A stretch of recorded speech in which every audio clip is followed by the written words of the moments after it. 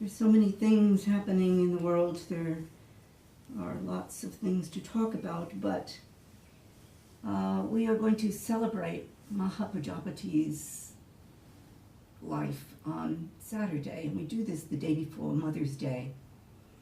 And so I'm going to talk about Mahapajapati. We don't talk about her very much. I think she was a great bodhisattva. She's never referred to as a bodhisattva, but I'm going to refer to her as a bodhisattva tonight. But her life is exemplary, an extraordinary life. And so her story is something that was also very wonderful. And we talk about the fact that she raised the Buddha, and we tend to stop there, and we forget all that happened after that. But Mahapajapati and her sister Maya were both married to the Buddha's father. And Pajapati was second. Maya was first, Pajapati was second. They came from a different clan, and so they married the Buddha's father, and Maya got pregnant first. And so when she was about to have her child, she wanted to go back to her own tribe to have the baby. And as she was traveling, when she got to Lumbini, her contractions started. She was going into labor. And so it's in Lumbini where the Buddha was born. We say Buddha was born in Kapilavastu, but it was really Lumbini. And so it was this great celebration that a son is born into the Shaka clan. And so there's a prediction also about this child, that this child will either become a great leader, a great military leader perhaps, or will become a great spiritual leader. And then 7 days after the Buddha is born, Maya dies. Well, it is common, even in our country today, for women to die after childbirth. We are discovering that in the news these days. 700 women a year die in childbirth, and many about a week after. So it could be something related to the pregnancy. We really don't know what happened. But she died, and so Pajapati became the caretaker raising this child. And she suckled the child, took care of him, everything. And so they lived in the palace. And, as I say, there were 2 wives. There were probably many more wives than that. And there was also a harem. And the harem women had a very difficult life. They were essentially slaves. They did things like hold the umbrella over the gentleman when he was walking or when he was sitting in his chair, and maybe they waved fans, and they did all kinds of things like that. And also, if somebody was visiting, they could be assigned to take care of the sexual needs of whoever this person was visiting. And were they to decline, there were great penalties for them. They would either actually pay a fine, though I don't know that they had any money to pay a fine, or they could be whipped. And so the harem women had a very difficult time, and I'm bringing that up because they'll appear later in this story. But Pajapati's life was surrounded by raising this child, and I'm sure she was well cared for. She was the lead wife, and so she probably had, a great deal of privilege in maybe bossing around some of the other wives. I don't really know that, but I think there's a lot we don't know about the configuration, about how that went. But where you have that kind of situation, you have tremendous politics, vying for attention, all kinds of things. So this is Pajapati's work. She was about 18 or 20 when the Buddha was born. So then the Buddha then finally goes out. He leaves. We know that story about the Buddha. He leaves, makes the decision that he's going to leave, and he's going to go out and he's going to try and solve this deep question that he has about the world of suffering. And so he goes out, and we have to imagine, because he was really the center of Pajapati's life, and probably the harem. I mean, he also had his own harem, and he had a wife and a son. So we have to imagine that there were probably abandonment issues for those people. And this favored, extraordinary person with whom they were living suddenly is gone. And, he announced to his wife and son that he was leaving. But you can imagine the pain for them in having him go. And he leaves for 7 years and there's no contact. So this is tremendously difficult for the women whose lives simply were connected and attached to this person. Finally, after the Buddha has awakening, he comes back and he teaches, and they hear his teaching, and they are really delighted to hear this. I don't think he was immediately well received. I think that they were in such pain, and they were angry with him for leaving them. So it took a little bit of time for them to warm up to him, but Pajapati did receive him. And Pajapati heard the Buddha's teachings, and she was quite overcome and was very taken and was essentially converted in hearing the Buddha's teachings. But Pajapati still has a husband, and so she is not able to do the home leaving that the Buddha is teaching at this time. He's teaching the men to leave home. The way to liberation and enlightenment is to leave home. So slowly and gradually, men were joining with him. I think part of the Buddha's strategy was to break the caste system. He certainly was a social reformer. So in pulling the men out of their particular caste jobs, he could break down to some degree the caste society. So the men were leaving their wives and children behind, and the wives had no form of income, nothing. And so they began to appeal to Pajapati because they just had nowhere to go. They didn't know what to do. And Pajapati began to teach the teachings that she had received from the Buddha. And gradually, as the men were home leaving and going with the Buddha, the women were coming to join Pajapati. And these are widows and prostitutes and consorts and all kinds of women who were essentially abandoned in society with no way to take care of themselves. And even at that time, as till fairly recently, and may still go on in certain parts of India, when a man dies, his wife would throw herself onto the funeral pyre because it was just expected, for one thing. She also had no way. She would be an outcast then because she was a widow. She had no protector. So Pajapati was taking in these women, and her group began to grow.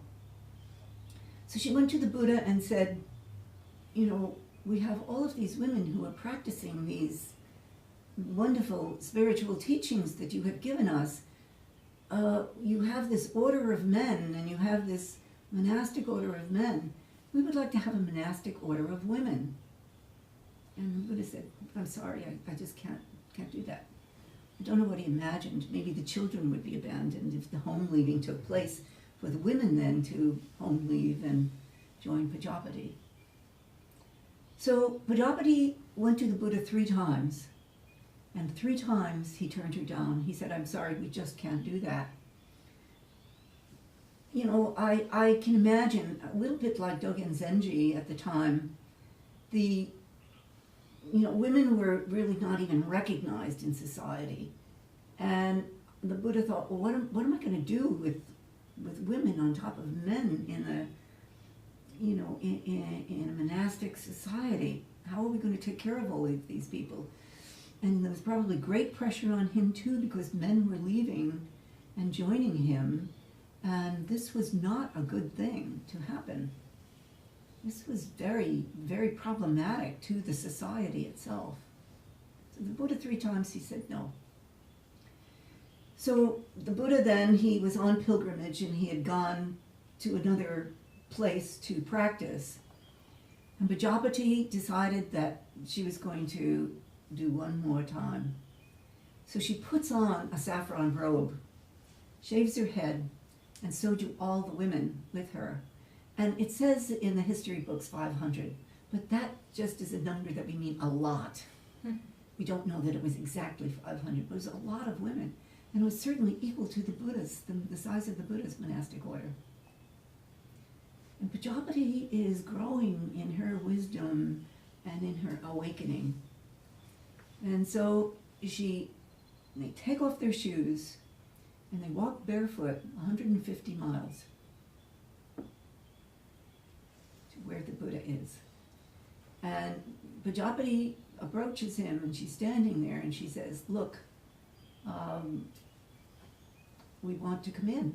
We want to have our monastic order. And the Buddha says, no, sorry. So Pajapati turns away. She is just crestfallen and sobbing. And she's crestfallen. And she goes back to join the women.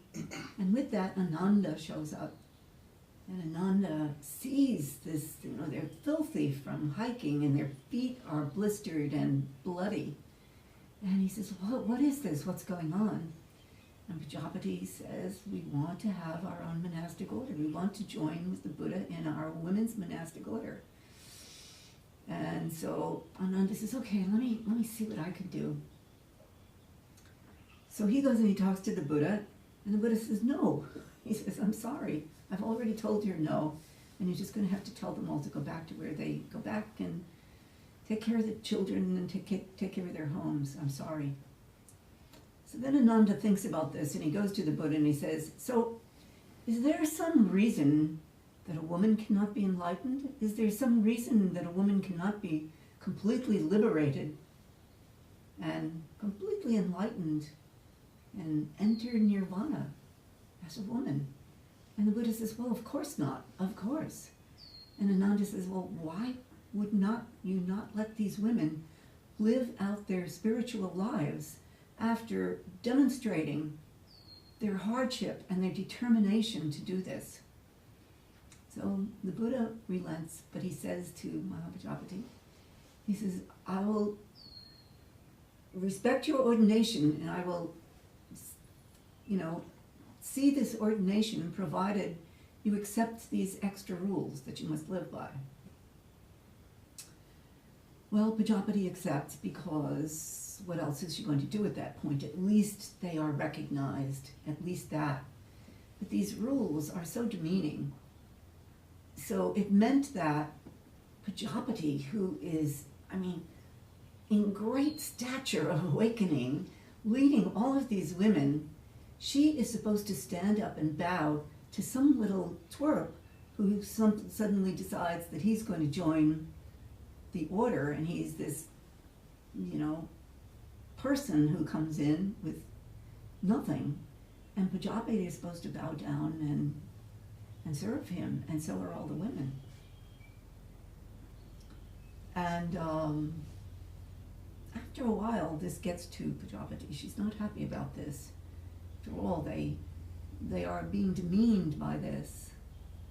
And so she goes to the Buddha again and she asks, look, she said, this is not quite right. If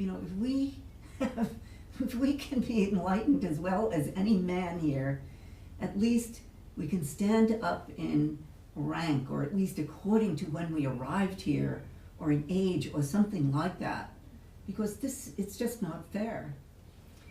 And the Buddha says no. So this was very, very difficult for the women to do. I will say I experienced that same thing in my practice in Japan, where every single little twerp boys had to go ahead of me and I had to go last because that's the form. And, you know, on one side it really doesn't matter. But then again, what matters is the training also of the men and the recognition of the equality. So anyway, Pajapati lives on and takes care of extraordinary women who come to join and have been beaten down and raped and harassed and all of these things that have happened to them. Pajapati takes them in and they live out their time.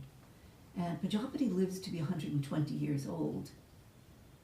And so she makes a great demonstration of the dignity of women. This was her struggle, was to demonstrate the dignity of women and to continue to fight for equality as best as hardly possible in that culture at that time. So she was an extraordinary woman, and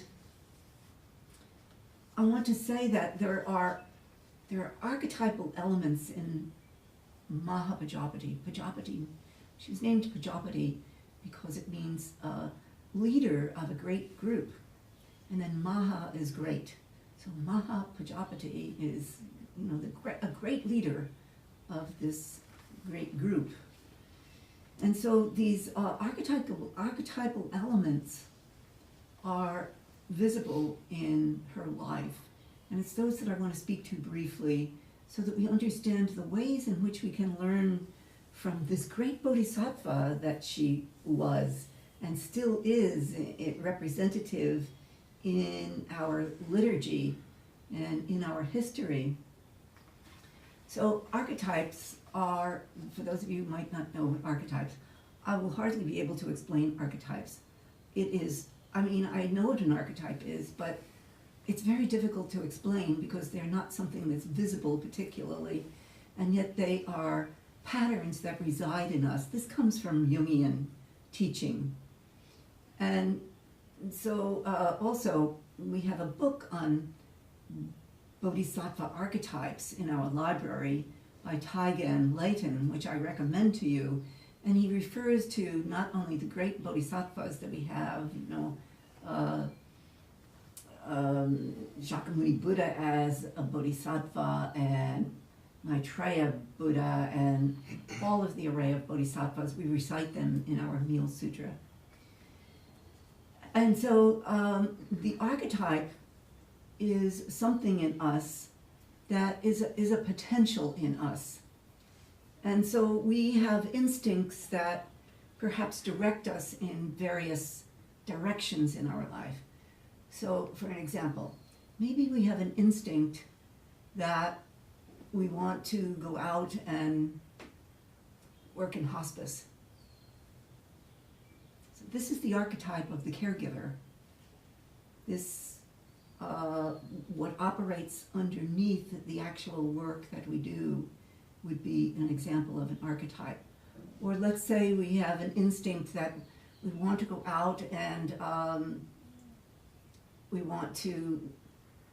called, we feel called or instinct to go and lead a march, something like that. So this might be one of the elements of a hero. All kinds of aspects of the hero or the caregiver or the mother, which we're talking about. Mahapajapati is mother. There are endless arrays of examples of elements that connected to mother and motherhood and mothering and nurturing. So the archetype is not your mother, but all of the underneath elements that a mother would do that would represent what we see as mother. nurturing, caring, production, encouraging life. But we also have the opposite side of the mother also, where the mother is used in our pejorative language. That's one of the first places that people go to defile the nature of mother. So we have these opposite things going on in the archetypes. But anyway, an archetype is something that points the way for us and also balances our lives. Maybe we are caught in one side, maybe in boredom or something like that. We haven't got much going on.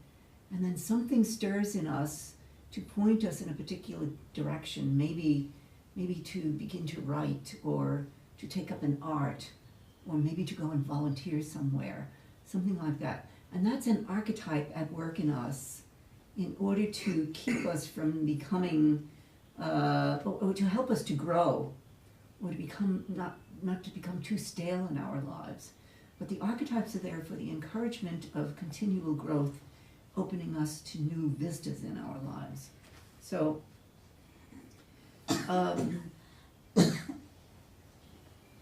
so Pajapati then, some of the elements for her.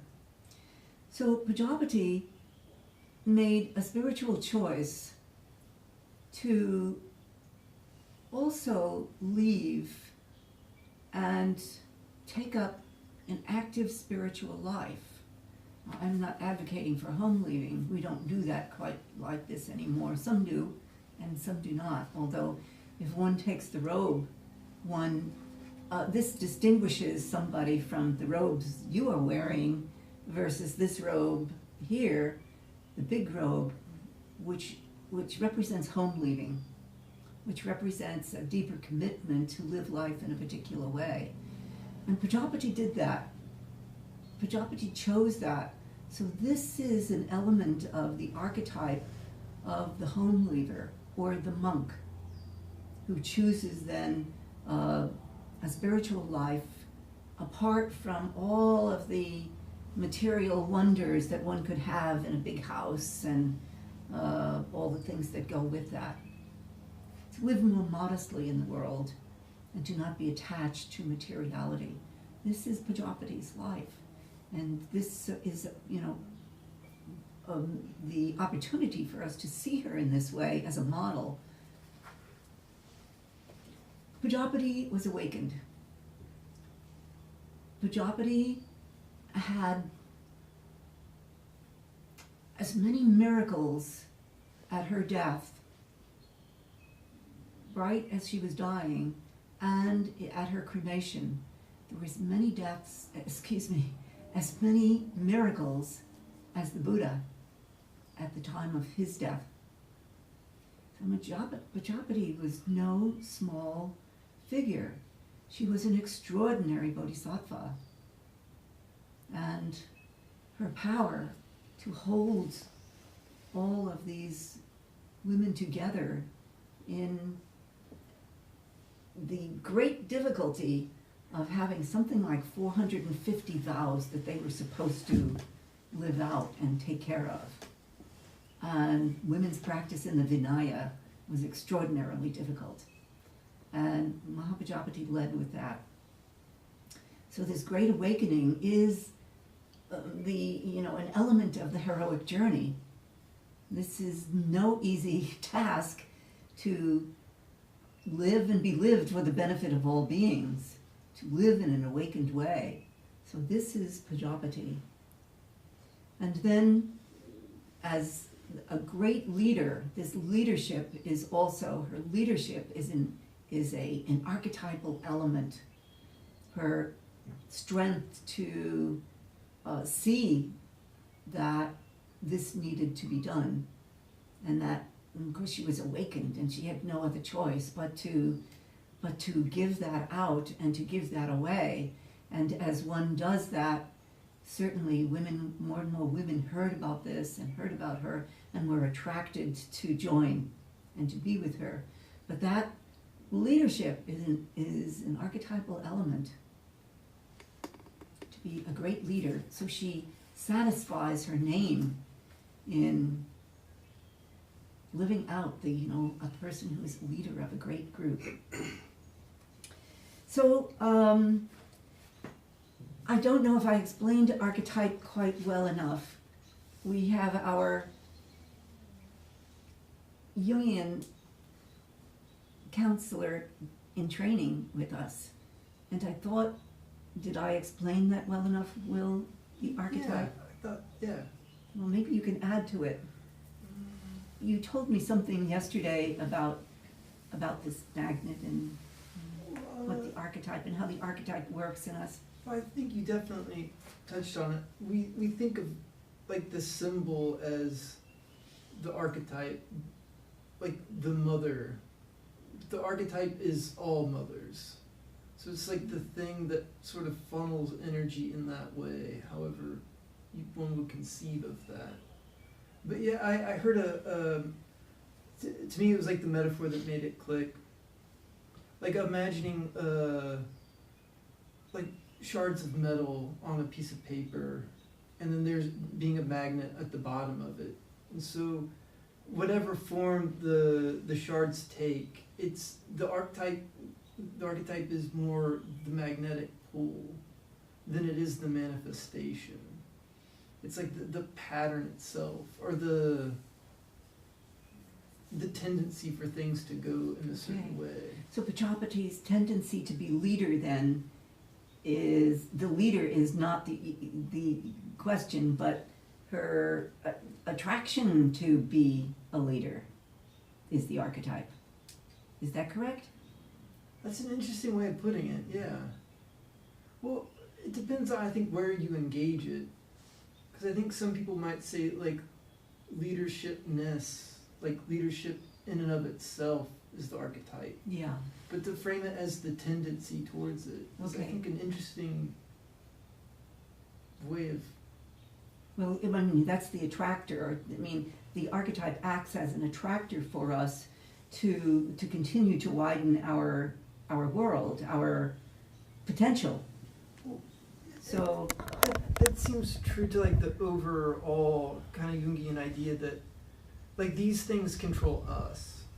Like we don't use we don't control archetypes like we might think that we do, or to the conscious degree that we might wish. They shape our lives. They are just it's just so much of what is going on that is playing out that we're just a part of. Like, so does Jung say that we are born with those particular tendencies or particular instincts to go in a particular way, or that they develop as we go? Well, I think what Jung was trying to understand was just like the body itself, which is, I think, a good way of framing the unconscious. I mean, it's just the materiality of life itself. It's instinct. It's our bodies. It's what shaped evolutionary time. Okay. And now that we consciously engage them, we can give them names and we can depict them in this very conscious way. But like that conscious level of engagement of making the symbol is just a fraction of what's going on. That what got us to this point. Okay. So we also, maybe you'll correct me if my understanding.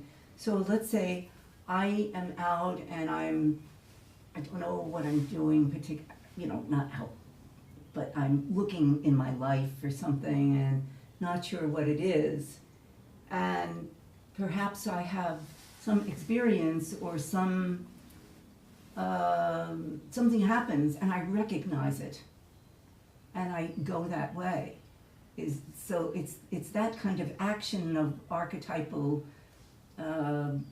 recognition of something that pulls us also in a direction, maybe. Yes, no? Well, I think like that's where it gets interesting for me, is I think that now that this has sort of entered the vernacular more, this idea, and as people work with it, it's sort of like trying to cultivate a certain archetype in one's life, or to like work with them on this conscious level, Yeah. which I think that's where it gets really interesting, because I think the conscious level engagement of them is, I think, sort of veneer in essence. I see. It's sort of like archetypes are what happens when you step out of the way and you just allow what we are to be, Okay. as it's sort of always been, as far as we can tell, is, I think, more of the idea. Okay. So this, I think that sort of goes with the Buddhist teaching of this being the natural way. It's like when we sort of abdicate and sort of allow for the situation to unfold, it actually works better. And I think the archetypes are like that. Okay. Yeah. Well, you know us, we're always trying to grab on and right? And work it out. So, but it's most interesting. But I encourage that book. We read it together years ago. Bodhisattva Archetypes, it's called, and it is in our library, so you can borrow it and read it. And he speaks about all kinds of people. Bob Dylan, he loves Bob Dylan, so Bob Dylan gets in the book, and who's the other guy? Actor, a bunch of actors get in, and movie stars and what have you. And he speaks about modern day bodhisattvas who are among us, and they do, represent some archetypes.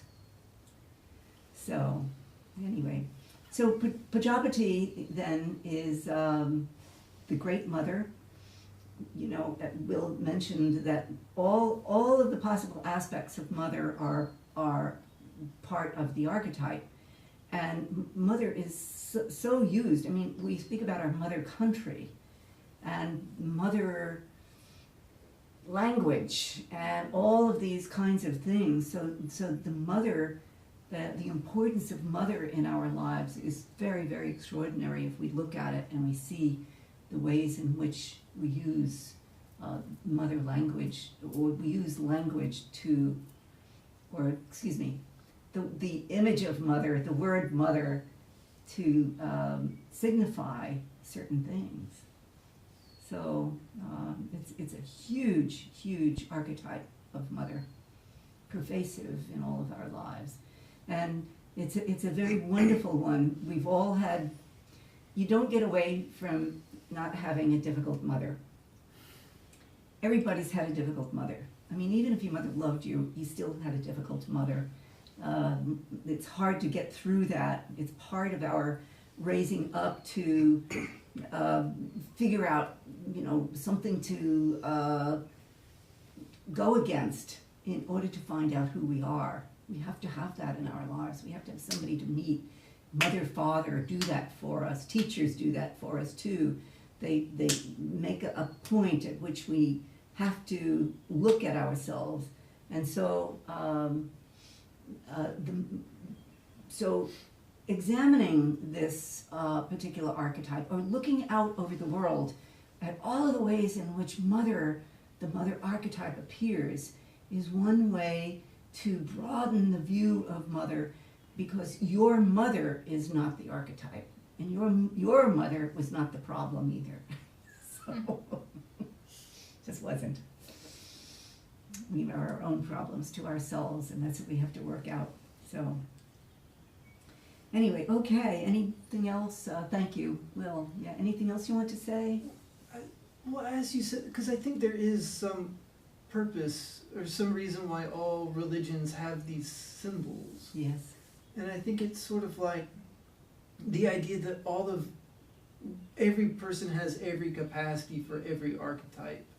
That mother isn't something that's exclusive to some population. Right. But when we see that archetype manifest and we honor it symbolically, we, I think, in essence, locate it within ourselves. Very good, yes. So Very nice, yeah. By all means, so. Okay, anything else, anybody? So on Saturday, we have, at our Saturday morning practice, then we will honor Mahapajapati and have a ceremony for Mahapajapati, which we do. It's sort of like a birthday for her. And then we'll go out to eat breakfast outside, which we do occasionally. And and also kind of to do that for Mother's Day. So that's what will happen on Saturday as we honor this great, great Bodhisattva.